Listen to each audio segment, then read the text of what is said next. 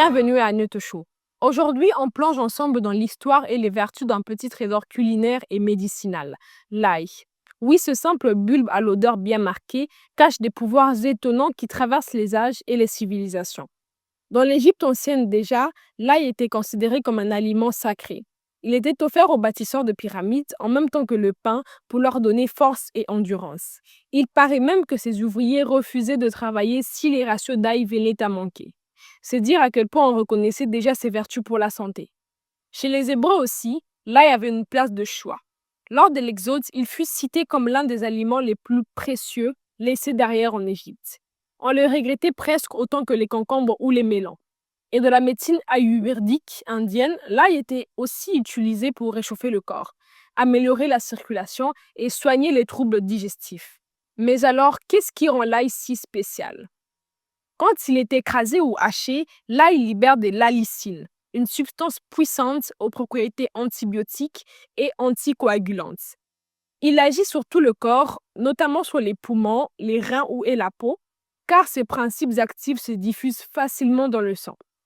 L'ail est antiseptique, bactéricide, hypotenseur, antiviral, anti-inflammatoire et même anticancéreux. Il aide à réguler la tension artérielle, à fluidifier le sang, à faire baisser le mauvais cholestérol et à stabiliser le taux de sucre dans le sang. Il stimule aussi nos défenses naturelles en activant les lymphocytes et les macrophages, ces petites cellules qui protègent notre corps au quotidien. On le recommande dans les cas de diarrhée, d'infection bronchique, de cystite ou encore pour réguler une flore intestinale perturbée par les antibiotiques. Et savez-vous quoi? Contrairement à de nombreux antibiotiques chimiques, l'ail respecte les bonnes bactéries de nos intestins.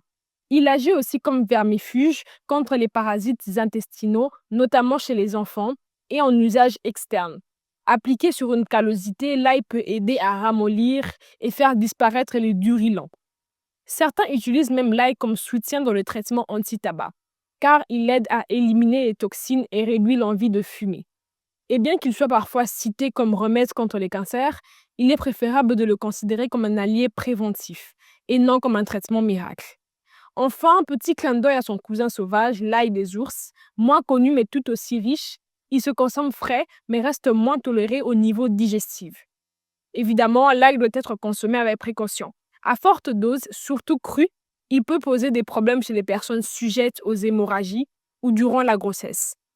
Comme tout remède naturel, il faut l'utiliser avec sagesse. Nous tendons vers la fin de notre épisode.